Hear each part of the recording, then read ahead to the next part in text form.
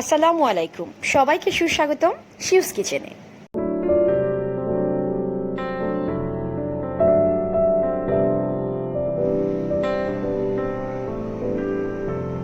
আজকের রেসিপি গোলমরিচ দিয়ে স্যামন মাছের ফ্রাই।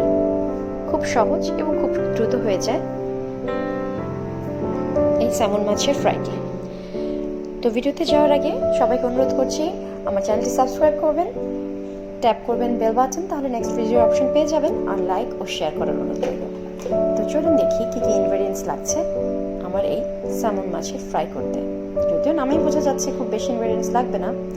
প্রথমেই স্যামন ফিলেটগুলোকে ধুয়ে নিচ্ছি, পরিষ্কার করে ধুয়ে পানিটা একদম শুকিয়ে নিতে হবে।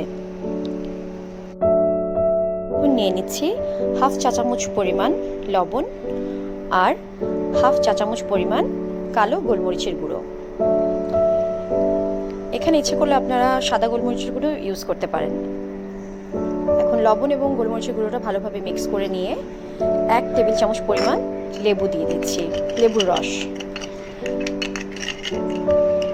খুব ভালো মতো মিশিয়ে একটা পেস্ট তৈরি করে নিতে হবে।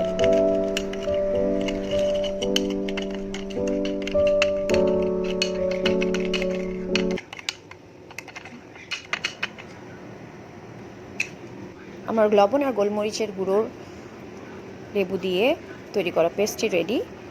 এখন স্যামন ফিলেটগুলোতে সবগুলো ফিলেটে এই মিশ্রণটি ভালো মতো মেখে নিতে হবে।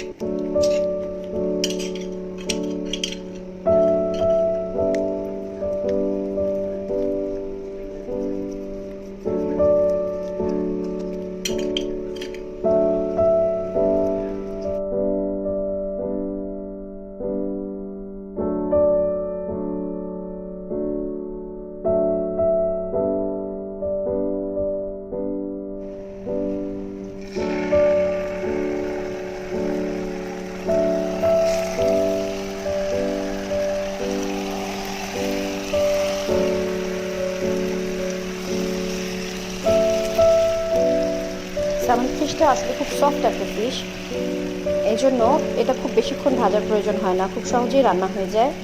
যার জন্য আমি জাস্ট 5 মিনিট যেটা ভাজছি। এই ফিলেটটা মোটা না হলে আরও অল্প সময় লাগতো।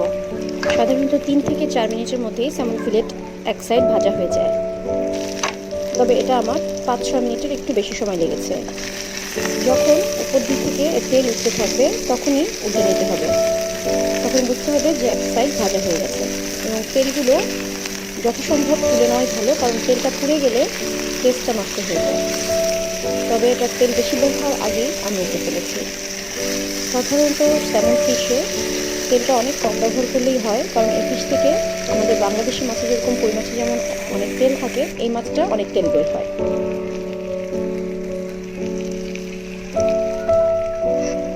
এভাবে গোল্ডেন ব্রাউন হয়ে গেলেই বুঝতে হবে আমার স্যামন ফিশ ভাজা শেষ হয়ে গেছে, আর কোনো ভাজা প্রয়োজন নেই।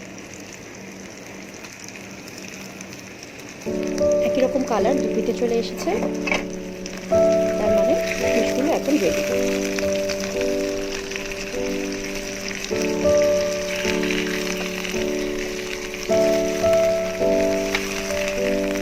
সবগুলো মাছেরই দু সাইডটাও গোল্ডেন হয়ে গেছে।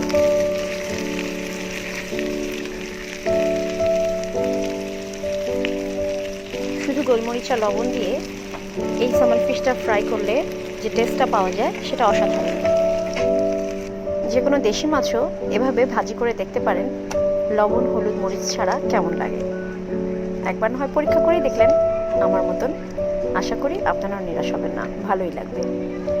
এখন আসুন প্লেটিং করি। তেমন কোনো সুন্দর প্লেটিং পারি না, শুধুমাত্র টমেটো, পেঁয়াজ আর কাঁচামরিচ, এটুকু দিয়েই আজকের স্যামন পেপারের সাজগোজ করে ফেললাম। এই যে দেখুন কেমন হলো, দেখে জানাবেন এবং বানিয়েও জানাবেন, কে জানাবেন।